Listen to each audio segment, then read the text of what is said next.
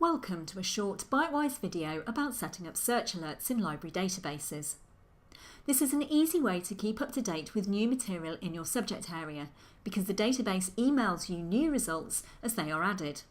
This saves you having to go back to the database to repeatedly run the same search over and over again. If you know which database you are looking for, you can look for it by name using Library Search. Alternatively, click on the Databases link to browse databases alphabetically or by subject or type. In this example, we're going to look at Web of Science.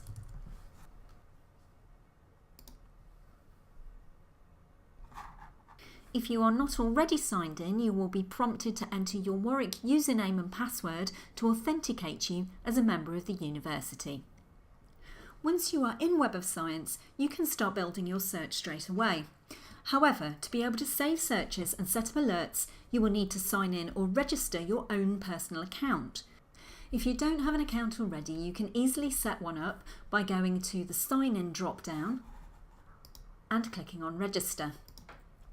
You can use any email account, but this will be the default address for any alerts you set up, so it may be best to choose one you monitor regularly.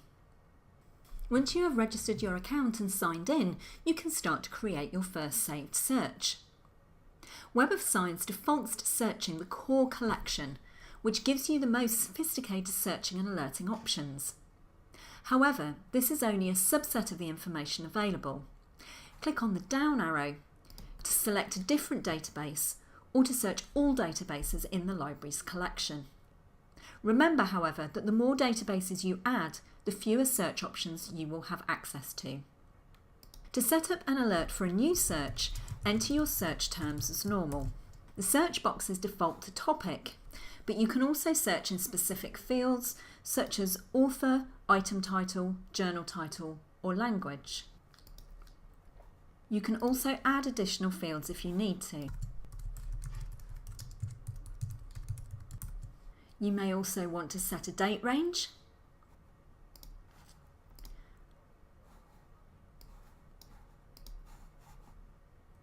And you can also choose which indexes to search for. For this search, I'm going to exclude the indexes that cover conference proceedings.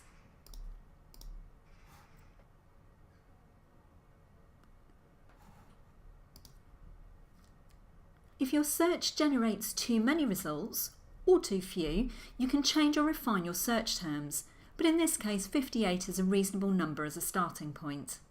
At this stage, you can email the results you have found to yourself, or you can save them in your EndNote account. You can also click here to create a search alert. In this dialog box, you can give the search a name. Enter a description if necessary, and choose the format, content, and frequency of the alerts.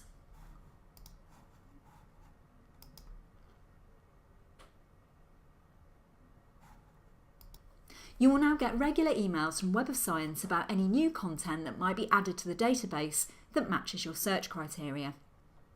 If you need to edit the frequency or the search terms you're using, you can find your saved searches under Searches and Alerts. You will need to be signed in to see them. You can run your search again or edit it from the Saved Searches tab. You can also renew or disable alerts from here.